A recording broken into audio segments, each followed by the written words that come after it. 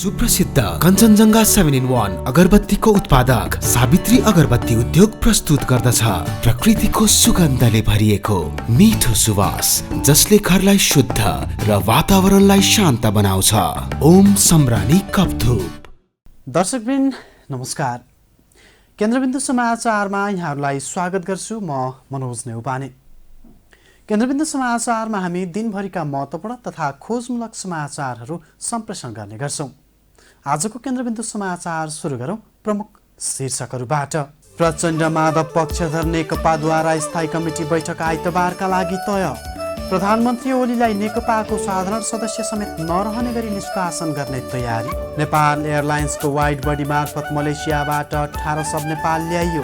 अरू 37 सब तत्काल ल्याउने निगमको तयारी। वर्तमान व्यवस्था सिद्ध्याउने प्रयास स्वरूप प्रतिनिधि सभा विघटन गरिएको राष्ट्रिय सभा सदस्य भिडारीको भनाई। प्रधानमन्त्रीले 2.5 वर्षमै निर्वाचन गर्ने हुकुमी शासन चलाएको आरोप। नेपालमा पछिल्लो 6 महिनामा वस्तु आयातमा 5%ले कमी, निर्यात 6%ले वृद्धि। सबैभन्दा बढी व्यापार घाटा भारतसँग रहेको भन्सार विभागको तथ्याङ्क। र प्रधानमन्त्री कप अन्तर्गत लुम्बिनी प्रदेशसँग 6 विकेटले पराजित हुँदै सुदूरपश्चिम खेलबाट बाहिरियो। कर्णाली प्रदेशलाई हराउँदै एपीएफद्वारा दोस्रो जित दर्ता।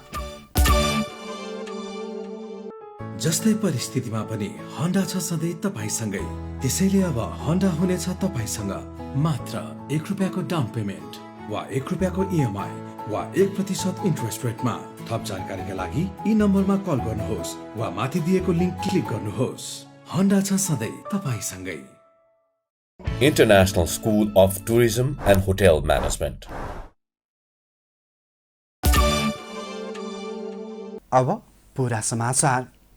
जारी प्रधानमन्त्री कप पुरुष राष्ट्रिय क्रिकेट प्रतियोगिताबाट सुदूरपश्चिम बाहिरिएको छ। मूलपानी मैदानमा लुम्बिनी प्रदेशसँग 6 विकेटले पराजित भएको सुदूरपश्चिम खेलबाट बाहिरिएको हो। यता टियु क्रिकेट मैदानमा शनिबार भएको खेलमा कर्णाली प्रदेशलाई 71 रनले पराजित गर्दै एपीएफले लगातार दोस्रो जित निकालेको छ।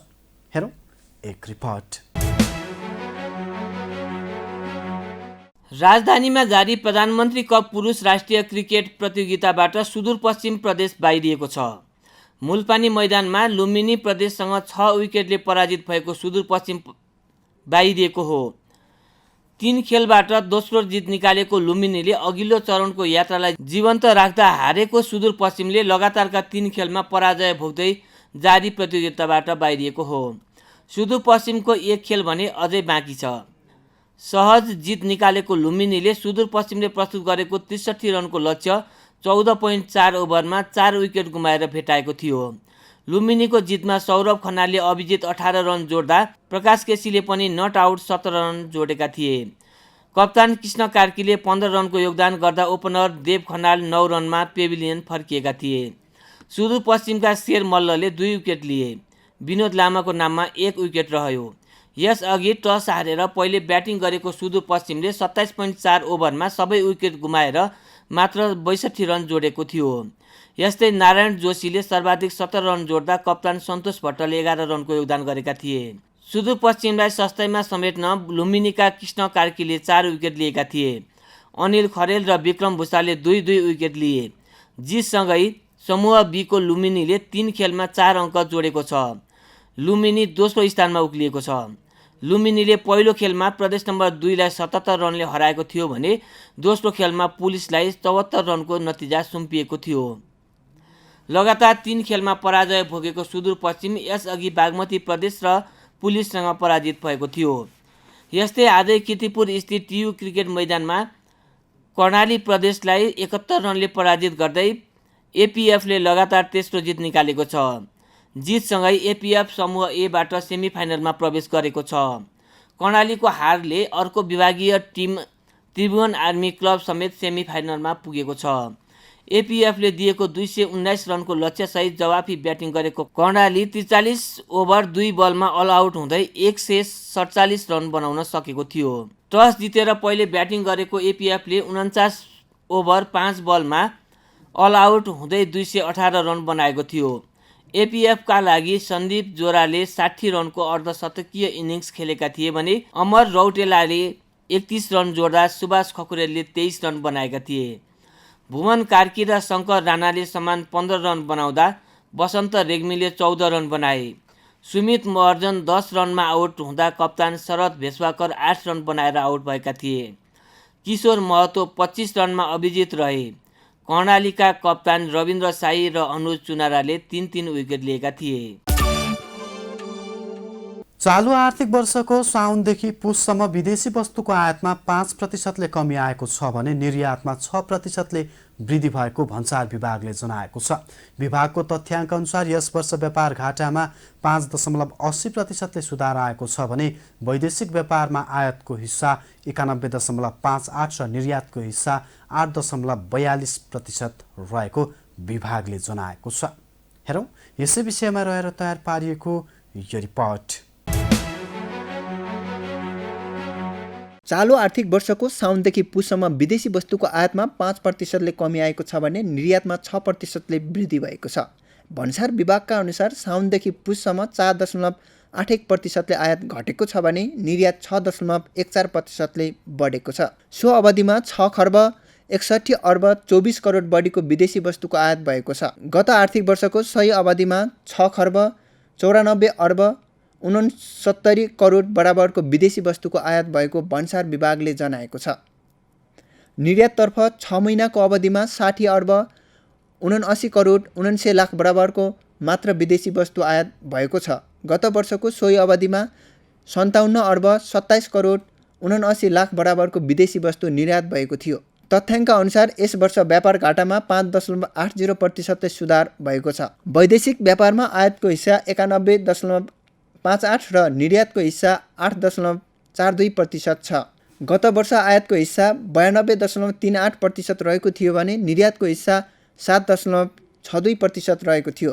भन्सार विभागका अनुसार पहिलो 6 महिनामा नेपालको व्यापार घाटा 6 खर्ब 46 करोड रुपियाँ रहेको छ। विभागको तथ्याङ्क अनुसार 6 महिनामा 7 खर्ब 22 अर्ब 44 करोड बराबरको वैदेशिक व्यापार हुँदा सो रकमको व्यापार घाटा भएको हो। भन्सार विभागका अनुसार पहिलो 6 महिनामा सबैभन्दा बढी भारतसँग व्यापार घाटा रहेको छ। भारतसँग मात्रै 3 खर्ब 95 अर्ब 30 करोड 26 लाख 26 हजार रुपियाँको व्यापार घाटा छ। भारतबाट गत 6 महिनामा 4 खर्ब 38 अर्ब 82 करोड 97 लाख 8 हजार रुपियाँको आयात भएको छ भने 43 अर्ब 52 करोड 70 लाख 82 हजार रुपियाँको निर्यात भएको छ। चीनसँग पनि 95 अर्ब 81 करोड 74 लाख 22 हजार रुपियाँ बराबरको व्यापार घाटा रहेको छ। चीनबाट यस अवधिमा 96 अर्ब 32 करोड 52 लाख 83 हजार रुपियाँको आयात भएको छ भने निर्यात 50 करोड 78 लाख 61 हजार रुपियाँको भएको छ। त्यस्तै अर्जेन्टिनाबाट 15 अर्ब 30 करोड रुपियाँको आयात हुँदा 4 लाख 25 हजार रुपियाँको मात्र निर्यात भएको तथ्याङ्कले देखाएको छ। 6 महिनाको अवधिमा नेपालमा आयात हुने विदेशी वस्तुको पहिलो नम्बरमा पेट्रोलियम पदार्थ रहेको छ। 6 महिनामा 32 अर्ब 93 करोड बढीको डिजेल आयात भएको छ। शनिबार काठमाडौँमा आयोजित एक अन्तर्क्रिया कार्यक्रममा बोल्दै राष्ट्रिय सभा सदस्य रामनारायण बिडारीले वर्तमान व्यवस्था सिद्ध्याउने प्रयास स्वरूप प्रतिनिधि सभा विघटन गरिएको बताएका छन्। प्रधानमन्त्रीले 2.5 वर्षमै निर्वाचन गर्ने हुकुमी शासन चलाएको आरोप बिडारीको छ। यता वरिष्ठ अधिवक्ता सुनिल पोखरेलले वैशाखमा निर्वाचन नभए प्रधानमन्त्रीको वैधानिकतामाथि नै प्रश्न उठ्ने तथा संविधानले समेत काम नगर्ने बताएका छन्। हेरौँ पूरा समाचार। राष्ट्रिय सभा सदस्य रामनारायण बिडारीले व्यवस्था सिद्ध्याउने प्रयास स्वरूप प्रतिनिधि सभा विघटन गरिएको बताएका छन्। शनिबार काठमाडौँमा आयोजित एक अन्तर्क्रिया कार्यक्रममा बोल्दै राष्ट्रिय सभा सदस्य बिडारीले वर्तमान व्यवस्था सिद्ध्याउने प्रयास स्वरूप प्रतिनिधि सभा विघटन गरिएको बताएका हुन्। प्रतिनिधि सभा नभएपछि संविधानको 50% धाराहरू निष्क्रिय हुने भन्दै उनले सत्तामा भएको मान्छेलाई मिलाएर व्यवस्था विरोधीहरूले योजनाबद्ध रूपमा विघटन गराएको बताए। संविधान विरुद्धमा छ। अहिले यो प्रतिनिधि सभा नभएपछि संविधानको करिब 50% धाराहरू निष्क्रिय हुने रहेछन्। जानी अन्तबाट ल्याएको मान्छेले त्यस्तो गर्न सक्दैन।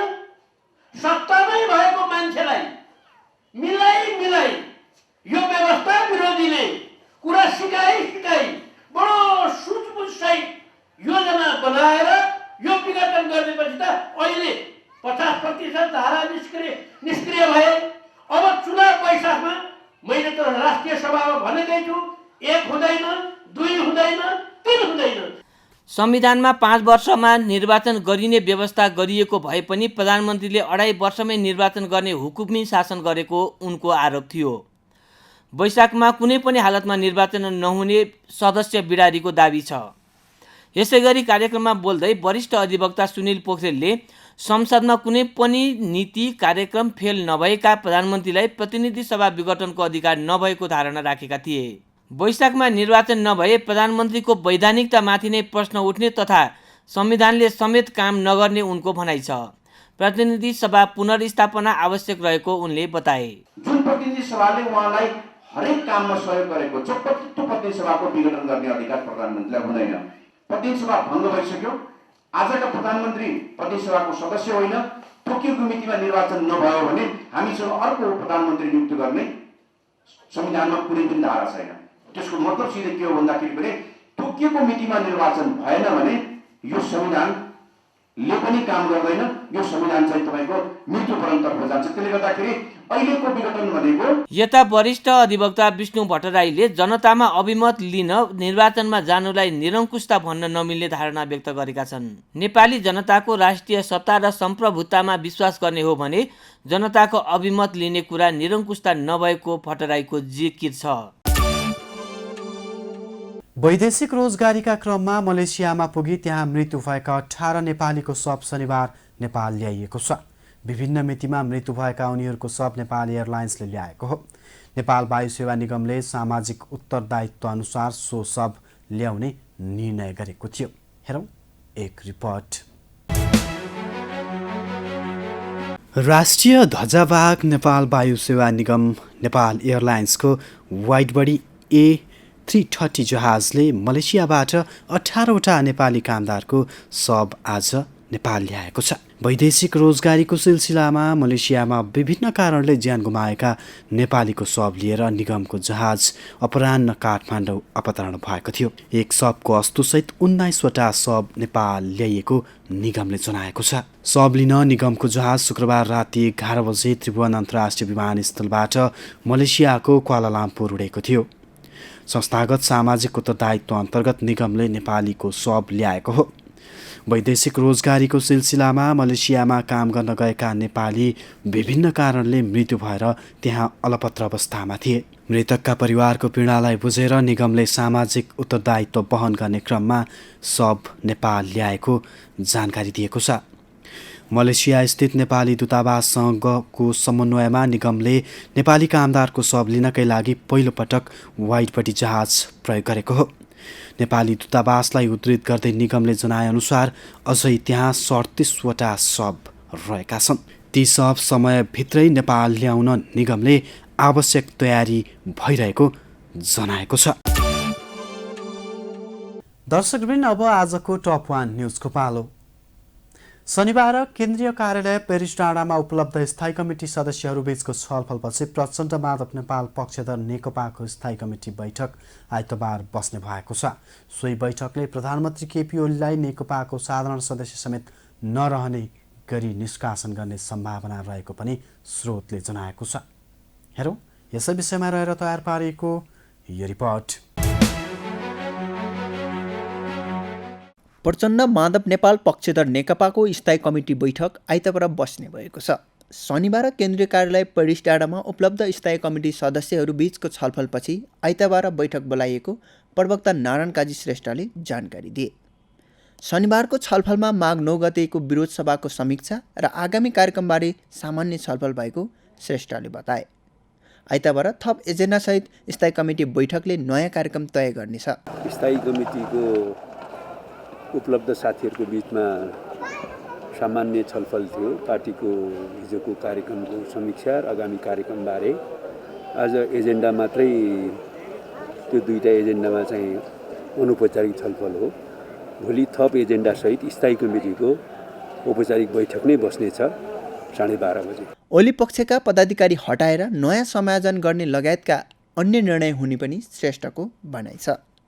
स्रोतका अनुसार सोही बैठकले प्रधानमन्त्री केपी शर्मा ओलीलाई नेकपाको साधारण सदस्य समेत नरहने गरी निष्कासन गर्ने सम्भावना रहेको पनि प्रचण्ड माधव निकट स्रोतले जनाएको छ। प्रचण्ड माधव पक्षले ओलीलाई केही दिन अगाडि 3 दिनको समय दिएर स्पष्टीकरण मागेको थियो। सो स्पष्टीकरण पत्र बालुवाटारको गेटमा बुझाइएको थियो। यसैबीच नेकपा प्रचण्ड माधव पक्षका स्थायी कमिटी सदस्य योगेश भट्टराईले संविधानमाथिको प्रश्नमा वकिलहरू व्यावसायिकता भनेर विचारबाट भाग्न नपाउने बताएका छन्। शनिबार मार्क्सवादी ज्ञान केन्द्रले आयोजना गरेको संसद विघटन र समाजवादी क्रान्तिको मार्गचित्र विषयक अन्तर्क्रिया कार्यक्रममा बोल्दै स्थायी कमिटी सदस्य भट्टराईले वकिलहरू कुनै फौजदारी विषयको मुद्दामा लड्न स्वतन्त्र भए पनि संविधानको विषयमा व्यावसायिक धर्म भनी जान नमिल्ने बताएका हुन्। संविधान माथिको प्रश्नमा वकिलहरू व्यावसायिकता भनेर विचारबाट भाग्न नपाउने उनको भनाइ छ। कुनै फौजदारी मुद्दामा वकिल स्वतन्त्र हुन्छ लड्नलाई, तर जब संविधानको इस्युमा आउँछ, जब तपाईँ पोलिटिकल कमिटमेन्टको इस्युमा आउँछ भने कुनै वकिलले आफ्नो व्यावसायिक धर्म हो भनेर त्यो फन्डामेन्टल कुरा छोडेर जाँदैन। ज्यान केसमा अथवा डकैतीको केसमा अथवा कुन केसमा उसका व्यावसायिक कुरा हुन सक्छन्, तर संविधान माथिको प्रश्न आउँदाखेरि त्यसले खालि व्यावसायिकता भनेर आफ्नो विचारबाट भाग्न पाउँदैन। प्रधानमन्त्री ओली द्रुत गतिमा दक्षिणपन्थीको बाटोतर्फ जाँदै गरेको नेता भट्टराईको भनाइ छ। संविधानमा भएका कतिपय विषय प्रधानमन्त्री ओलीलाई मन नपरेको भन्दै उनले तिनै मुद्दालाई संशोधन गर्नका निमित्त ओलीले 2/3 मत मागेको बताए। नेपालको संविधानको निर्माता आफ्नो पार्टी, वर्ग, विचार र सिद्धान्त भएकाले संविधानप्रति आफूहरूले लगाव र स्नेह रहेको भट्टराईको दाबी छ। हस्त दर्शकवृन्द, आजका लागि केन्द्रबिन्दु समाचार सकिएको छ। भोलि पुनः यसै समयमा हामी उपस्थित हुने नै छौँ। तबसम्मका लागि बिदा दिनुहोस्। केन्द्रबिन्दु न्युज हेर्दै गर्नुहोला। नमस्कार। कलङ्कीमा अवस्थित नेपालकै पहिलो, ठुलो र अत्याधुनिक होलसेल बजार एनबिटिसी सञ्चालनमा कम्प्लेक्समा सम्पूर्ण फेन्सी तथा कस्मेटिक सामानहरू होलसेल मूल्यमा उपलब्ध छन्।